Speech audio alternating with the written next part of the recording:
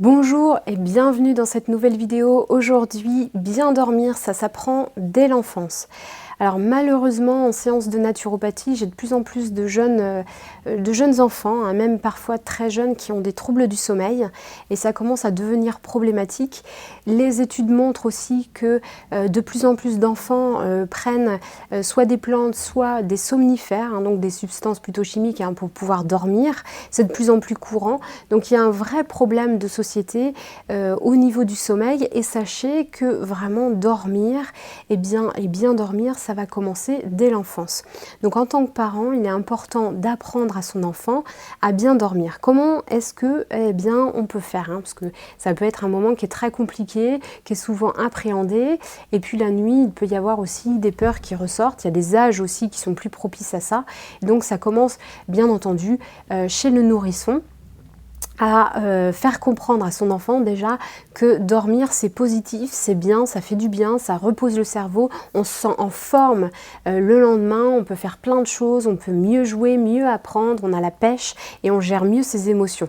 Ça c'est important aussi de dire que nous aussi on va dormir, qu'on respecte nos besoins en tant que parents, en tant qu'adultes et qu'on va aussi se coucher lorsqu'on se sent fatigué. Voilà, ça c'est aussi très important de montrer bien la différence entre l'heure du coucher des enfants et l'heure du coucher des adultes, mais que les adultes s'écoutent aussi et vont dormir et passent un bon moment aussi à dormir. Après, l'autre chose, c'est d'avoir vraiment un cadre sécurisé à l'enfant pour pouvoir bien dormir.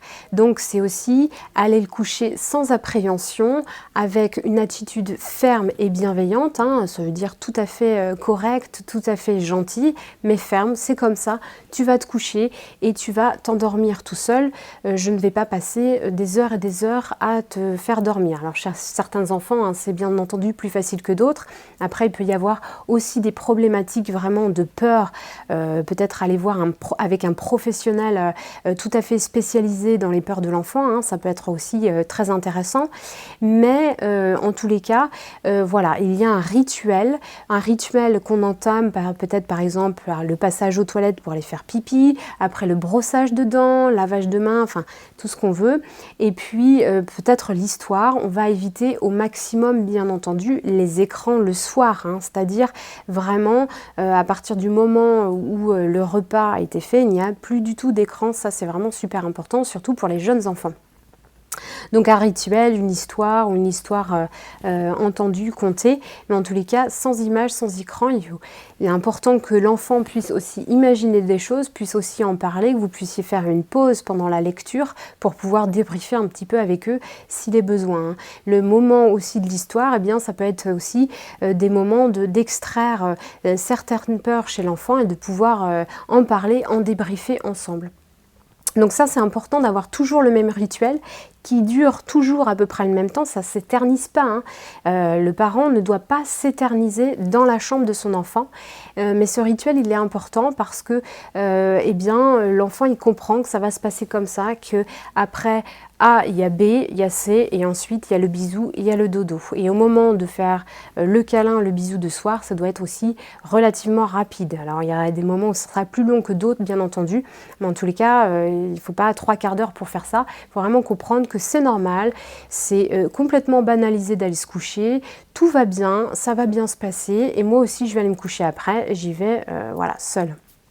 Faire aussi la différence entre le fait que parfois les parents, ils sont en couple, hein, dorment ensemble. Pour autant, ils vont dormir, chacun de leur côté, ils vont passer leur nuit chacun de leur côté, même si c'est dans le même lit. Et que si l'enfant est tout seul dans sa chambre, c'est pareil. Hein. Du coup, on ne va pas forcément partager, à partir d'un certain âge, les chambres entre nous. Pour des questions aussi de rythme. Bref, à vous aussi d'adapter tout ça pour que ça se passe au mieux, mais en tous les cas, le rituel, il doit être clair, il doit être relativement court, il doit être toujours le même. Sachez qu'il y a des enfants qui ne peuvent pas tout simplement changer de rythme régulièrement. Alors, il y a des parents qui vont sortir le mardi soir parce qu'il n'y a pas école le mercredi matin, mais ça va vraiment casser l'enfant. Hein. Il n'y aura que 2 nuits normal avec un rythme normal et hop, rythme cassé le mardi soir. Et voilà, il y a des enfants pour qui c'est très perturbant, donc on ne peut pas leur demander d'avoir un équilibre émotionnel plutôt bien, plutôt sain, voilà, de bien gérer leurs émotions si ils sont perturbés et s'ils sont effectivement sensibles à tout changement. En tous les cas, vraiment, la façon dont on va appréhender la nuit et la façon dont on va se coucher dans l'enfance va avoir des impacts sur le sommeil de l'adulte. Donc, à nous, en tant que parents, de pouvoir apporter le maximum de sécurité. On est là, on veille à côté. Toi, ton rôle maintenant, c'est dormir et expliquer pourquoi. Parce que l'enfant, pendant la nuit, grandit, parce que l'enfant va pouvoir intégrer toutes les informations qu'il a apprises, gérer aussi un peu de stress et d'émotions qu'il y a eu dans la journée. Tout ça va être intégré la nuit, c'est extrêmement important et on a besoin de déconnexion cérébrale. Ça, je vous en parle souvent, déconnexion numérique et attention aux écrans, vraiment pour les enfants. En dessous de l'âge de 4-6 ans, il devrait y avoir quasiment 0 écran. Voilà, merci et à bientôt pour une prochaine vidéo.